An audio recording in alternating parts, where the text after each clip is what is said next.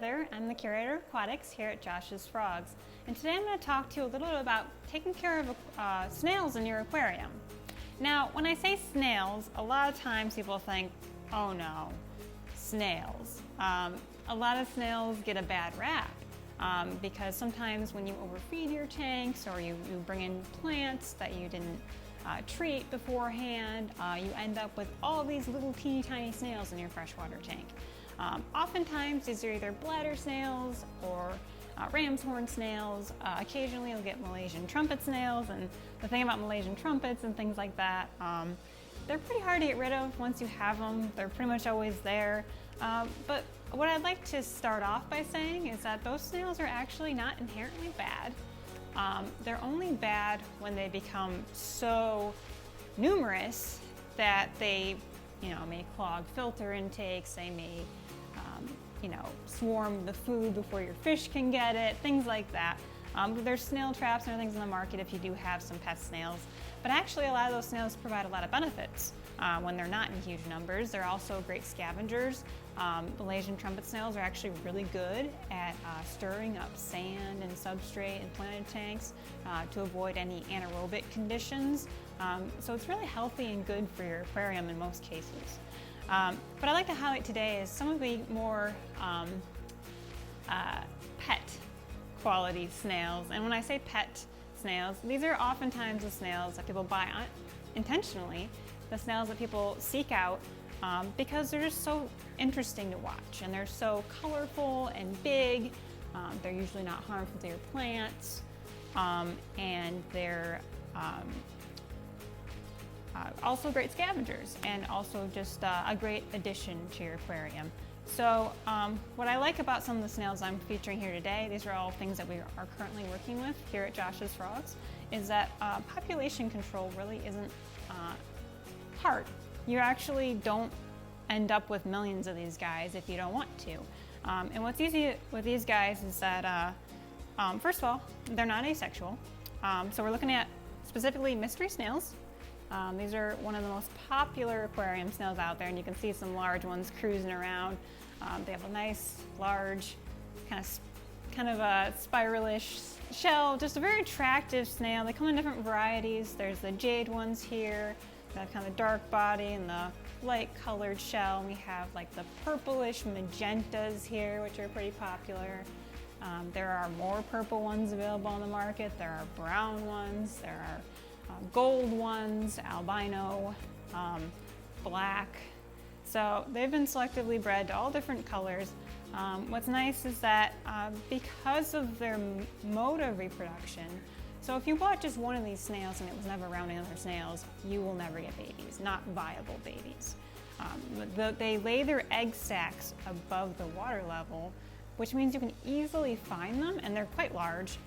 So if you didn't want any babies, you could just scrape it off, freeze it, and dispose of it. And then that's it, no babies. If you do want babies, however, a lot of times pet stores will buy them from you, aquarists, other hobbyists enjoy them. So they're also just a really easy one to raise if you wanted to. Another one that's great, it's kind of a new one here at Josh's Frogs, is a Hercules snail. Now the Hercules snail might not ring a lot of bells because it's not at all common in the hobby.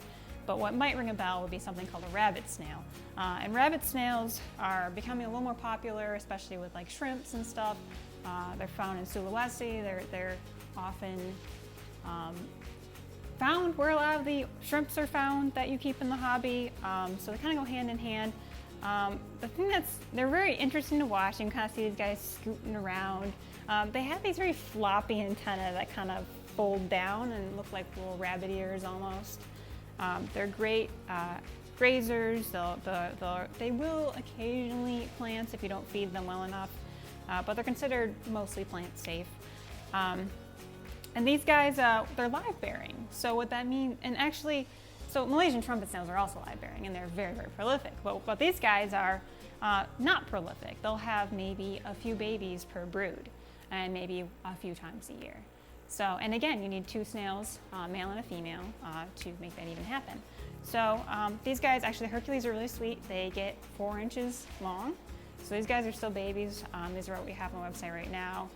We have someone within the company who's breeding the heck out of them. This is a kind of an underrated snail.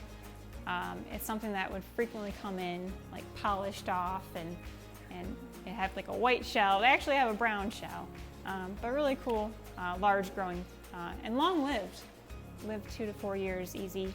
And so these are great pet options, and they're oftentimes a great choice as long as your aquarium has snail-friendly inhabitants. So you don't want to be throwing these snails with pufferfish, for instance, unless you were deliberately trying to feed them to the pufferfish. If you're looking to take care of snails and you want to have a tank with them, any of these guys here, I'd recommend anywhere. You could get away with as small as a 5-gallon. I would recommend at least a 10 for most of these. 10 or 20-gallon aquarium, depending on how many you want to keep. And the other thing about these guys, their cares do differ a little bit. With the Hercules snails, we found that they like warmer water, so we recommend you get a good heater and invest in a good one. Don't cheap out. We like our Fluval series, M series. You'll make sure it's rated for the size tank you have. It has the sort of built-in thermostat. You can change the temps. We usually like to give about 82, 84-ish, and they grow a lot faster and they do a lot better. The other thing is it's also, if you were buying the heaters, we always recommend a thermometer go along with that, whether it be digital, whether it be LCD or on the side, whether it be the little suction cup ones. We do like these guys here. They're a little more old school, but they're way more accurate than the little strip you put on the side of the glass that is measuring more the outside of the glass than the inside of the glass. A couple other things to keep in mind when you're keeping snails. A lot of times they do like to climb, and sometimes they will leave the water. This is also a really big problem with murite snails, which are another great freshwater resident. You may not see us offer those unless we can get them captive bred. The fact of the matter is they can't breed in freshwater, which is why they're popular, because even though they'll lay eggs over everything, you'll never get babies. But they're great algae eaters, but they're also great escape artists. And so I sort of demonstrated, move this out of the way here. So this is a Versatop glass top. Aquarium makes a number of different kinds. This is a 2.5-gallon tank. Now, I don't recommend keeping them in a 2.5-gallon tank. This is just for show. But they make all sizes, 5.5, 10-gallon, hinged. What I like about the glass tops is that they're way more secure. A lot of times they'll have a little plastic back strip that you can kind of use to deter snails from leaving your aquarium. Another thing to keep in mind is that some of these snails like to burrow. The Hercules snails do. We keep them on aragonite sand, and also we add crushed coral. So another thing to keep in mind, invertebrates like these snails, they need calcium in the water. They need a source of, they need the building blocks to grow their shells, because they do grow over time, and they won't have very strong shells if they don't have the right minerals in their water, or the right calcium, magnesium, all that. So a lot of times, well, on top of buffering, if you're using RO water, you'll want to buffer it. Never use just straight RO. But a lot of times in my buffered water even, I'll still add crushed coral. Crushed coral is a great natural buffering substrate. If you don't like the look of it in your aquarium, okay, I don't want white gravel, I don't want crushed shell gravel, but you still want the benefits of it. You can use a filter bag like this, and you can just, fill this all the way full with crushed coral, tie it off, and pop it in your filter. You can pop it in the canister, you can put it in the hang on the back, anything that it'll fit. We do sell different sizes of filter bags depending on how large your aquarium is. And these need to be replenished like once a year or however long if it starts to degrade. If you're ever uncertain about, what is my calcium like in my water? Is it good enough? The thing we're looking at most of the time is general hardness. And so I recommend anybody who has snails get a GH test kit. We usually sell them as a GH-KH combo. The carbonate harness is also important, but the general harness is going to tell you if you have the calcium. So the thing you can do is if you have low general hardness, you can add equilibrium. This is a great C-Chem product. I have well water at home myself, but it goes through a softener. And what that means is that the general hardness is removed. And so a lot of times I will add this back with equilibrium. And we probably recommend no less than 3 or 4 degrees, which would be about 3 or 4 drops of this till the color changes. So that's the gist. You want to make sure you're giving them calcium. Some people like to provide calcium in their diet. You can sometimes mix a calcium powder with like a gel diet. People call it Snello. But Repashes, you can also do that. They don't have a snail specific diet. You may try some of their isopod diets. They have like bottom scratcher and soylent green, which is, you know, a lot of these snails are algae eaters and like plant matter and vegetable matter, so things like that. Things that are geared towards plecos are usually a pretty good choice for them. Some people like to also add cuttle bones or sepia bones to their aquarium.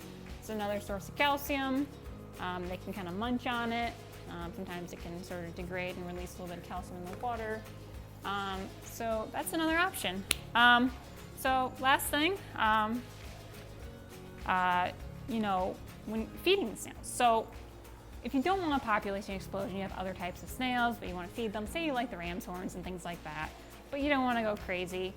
You just gotta make sure that you are cleaning up any uneaten food. We'd recommend a good gravel siphon with any aquarium, quite frankly. A snail aquarium would be good to pull out any uneaten food, keep down on some of this will also help keep algae away if you have an algae problem, getting any of the extra nutrients and the extra detritus out of the tank. But as far as like actually feeding them, like I said, you can do a gel diet, you can add some calcium, other things, you can mix it up. A lot of them are just general scavengers, they'll eat almost anything. But if you want to give them food that's good for them, a lot of times like algae wafers, Hikari makes mini algae wafers. If you have like baby snails or just want to feed them a little portion, they have also the regular algae wafers. I like these quite a bit. They have the pleco wafers, which is for plecos, but it has the same, like I said, they have very similar diet requirements. And so the final thing I wanted to mention is that you can sometimes just cook up some veggies for them at home. Again, if you don't eat it, pull it out of the tank, make sure you're not letting it follow the water. But a lot of times if you have a number of these snails in a tank, like these Hercules, we have like 70 of them in a tank and they just swarm and they're munching on it. It's just so fun to watch. But zucchini, so this is actually some blanched zucchini. It could be any squash, any, sometimes people use spinach, sometimes people use like broccoli or other types of veggies. So essentially what you do is you blanch it, usually cook in the microwave, softens it up a little bit. But even then, you know, sometimes it sinks, sometimes it just floats. So in order to secure it, a lot of times what I'll do is I'll just take like a inert rock, like a piece of slate of some kind. That's not going to affect the water quality in any way. Of course, if you're keeping these guys, holy rock probably wouldn't even hurt them, but you can, slates usually are a little more flat, a little easier to use. I just have this piece that was laying around. A lot of times what I'll do is I'll just take a little rubber band, tie it around, and then, basically you want to secure it to your weight, which is the rock. And then you can sink it like that. And then they have their little buffet ready to go. So it's as simple as that. We do sell things if you're not really into just rubber banding things to rocks. There are a few things on the market that will corkscrew things. Some people use like forks. You gotta be careful, make sure you use metal that's not gonna corrode in the water. Another thing we have is we have these omega-1 little veggie clips, and if you're doing like spinach and things like that, or maybe a thin slice of zucchini, you might be able to clip that into place and secure it into the water with one of these. The other thing is, you want to give them a treat every once in a while, these little super veggie seaweed sheets. can be really good. Your snails will probably love it. So lots of great treat options, and hope you got a lot of tips out of how to take care of your snails. Like I said, I think they're a little misunderstood. They get a bit of a bad rap, but a lot of them are actually really cool aquarium residents. So reach out if you have any questions, and thanks for tuning in. Thanks so much for watching this video. Here at Josh's Frogs, bringing nature to your doorstep is more than just our mission, it's our passion. We want you to have the most successful experience possible, so we're going to be here for you before, during, and after your purchase, whether that's with our captive-bred animals, plants, insects, or the wide variety of their care products on our website. You always have access to our dedicated customer service team, on-site nature experts, hundreds of free articles via our blog, and many more videos right here on our YouTube channel, so be sure to subscribe. We're always happy to help. Just shoot us an email or give us a call. You can find all of this information and more at joshsfrogs.com. Thanks again, and see you next time.